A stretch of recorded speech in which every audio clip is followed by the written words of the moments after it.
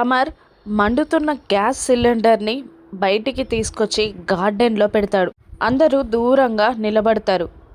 వెళ్ళి మంటలు ఆర్పడానికి ట్రై చేస్తూ ఉంటాడు అమర్. వెళ్ళకండి, సిలిండర్ పేలిపోతుందండి అని బాగి భయంతో అరుస్తూ ఉంటుంది. మనోహరి టెన్షన్గా చూస్తూ ఉంటుంది. పిల్లలు కూడా భయపడుతూ ఉంటారు. అమర్ ఆ రెగ్యులేటర్ని ఆఫ్ చేయడానికి ట్రై చేస్తూ ఉంటాడు.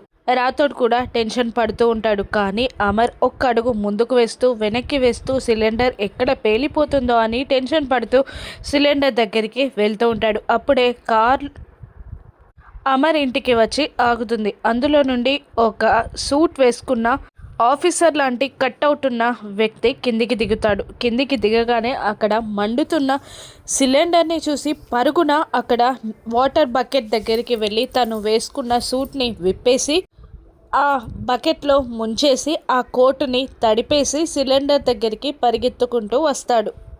హీరోలో ఉన్న ఆ కటౌట్ని చూసిన మనోహరి షాక్ అవుతుంది. ఆ బాగి కూడా ఎవరు అన్నట్టు షాకింగ్గా చూస్తూ ఉండగా అమర్ ఆశ్చర్యంగా చూస్తూ ఉంటాడు. వచ్చిన వ్యక్తి ఎవరు? అమర్కి మిత్రువా శత్రువా? ఆ కథ ఏంటి? ఇరాను నెప్సెస్లో చూద్దాం. Thank you for watching.